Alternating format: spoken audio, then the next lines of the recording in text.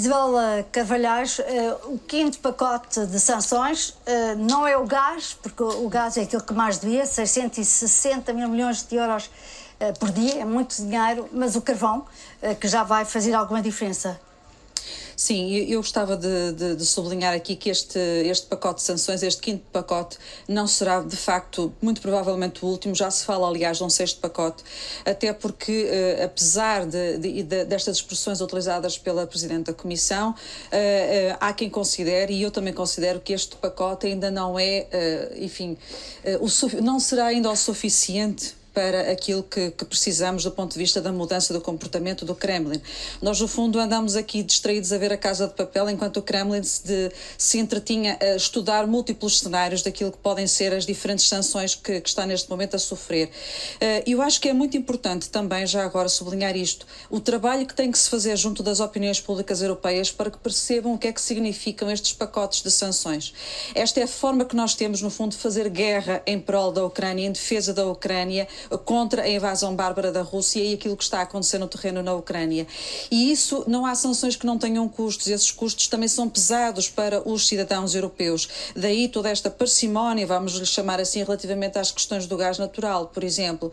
E, portanto, é preciso que as pessoas percebam, por um lado, aquilo que a Comissão também está a tentar fazer, e os países, o conjunto dos Estados europeus, dos Estados-membros. Aliás, eu falo aqui, refiro aqui a questão da Comissão ter anunciado numa comunicação do dia 23 de março um pacote de medidas que visam responder a vários setores, um deles, por exemplo, é o setor da agricultura e da segurança alimentar, que podemos também falar, porque a ideia é precisamente contrabalançar as sanções com algumas respostas aos efeitos imediatos que tudo isto acaba também por ter naquilo que é o tecido produtivo e o próprio consumidor na Europa. Mas estas sanções são necessárias, eu diria mesmo o reforço destas mesmas sanções, porque continua, por exemplo, a haver grande margem de manobra para aquilo que é ainda o sancionamento dos oligarcas. Ainda não está tudo feito. É claro que o cidadão também se pergunta, mas por que não já? Enfim, esta escalada é de alguma maneira necessária. Não os oligarcas vão ser impedidos de comer gambas e lagosta e não é um bocado, esta sanção vai um bocado nesse sentido. Exato. É um bocado ridículo. Podia ir para os offshores. Enfim, é extremamente complexo, como nós sabemos, as sanções têm que ser feitas também nesta gradação, porque de facto a Europa vê-se um pouco impedida de fazer aquilo que seria uma intervenção militar e, portanto, aquilo que é a nossa possibilidade, lá está, de defender a Ucrânia através das sanções contra a Rússia tem que ter também esta gradação para ter algum efeito. E eu julgo que vão ser reforçadas, terão que ser reforçadas no futuro muito próximo. Isabel Carvalhais, o deputado João Pimenta Lopes falou das repercussões das sanções até na própria Europa, mas o grande problema é a guerra, porque a Ucrânia é considerado o celeiro da Europa e, portanto, toda a agricultura ucraniana está a ser destruída. Os preços dos alimentos estão a subir por causa da guerra, não é por causa das sanções, é por causa da guerra. A África está, não só a Europa está a sofrer, mas o próprio continente africano. Vamos lá ver, de facto, nós aqui temos que fazer uma precisão. Ouve-se falar muito nos últimos dias em segurança alimentar, soberania alimentar, na necessidade de autonomia alimentar.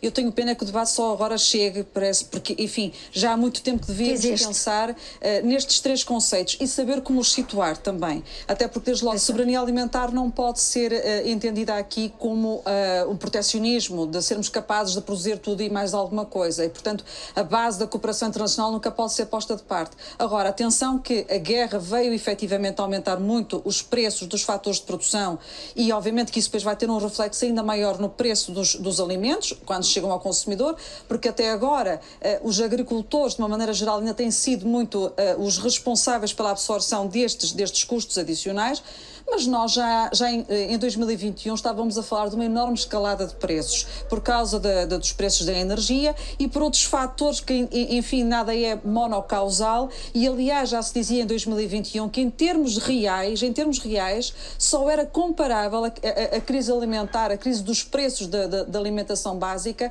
à crise dos anos 70 e a última crise de 2011 os preços já estavam acima desses valores. Portanto, isto também não é só a guerra. Agora, a guerra veio potenciar tudo isto. E depois veio colocar aqui uma questão. Uma questão que eu acho aqui muito importante é que no passado recente não se falava muito em segurança alimentar, mesmo no tempo do Covid não se falou muito. Aliás, nós tínhamos aqui no Parlamento e na Comissão pessoas que diziam que não se colocava a questão da insegurança alimentar na Europa porque ela tinha sobretudo a ver com a acessibilidade. E eu acho isto, sinceramente, de uma insensibilidade social enorme, porque isso significa, no fundo, que estávamos a falar de cerca de 120 milhões de europeus que já no ano passado, ou há 2 anos ou há 3, tinham dificuldades de acesso aos alimentos. Agora, fala-se em segurança alimentar, só para concluir, porque eu também tenho que ter aqui um equivalente ao dos meus colegas. Sim, agora, a questão da insegurança alimentar coloca-se por causa da disponibilidade, porque efetivamente, como dizia bem, a destruição dos campos de cultivo, o comprometimento das campanhas de primavera, por exemplo, dos cereais na Ucrânia, desculpa, mas está a concluir, porque eu também tenho que dar o mesmo tempo aos seus colegas.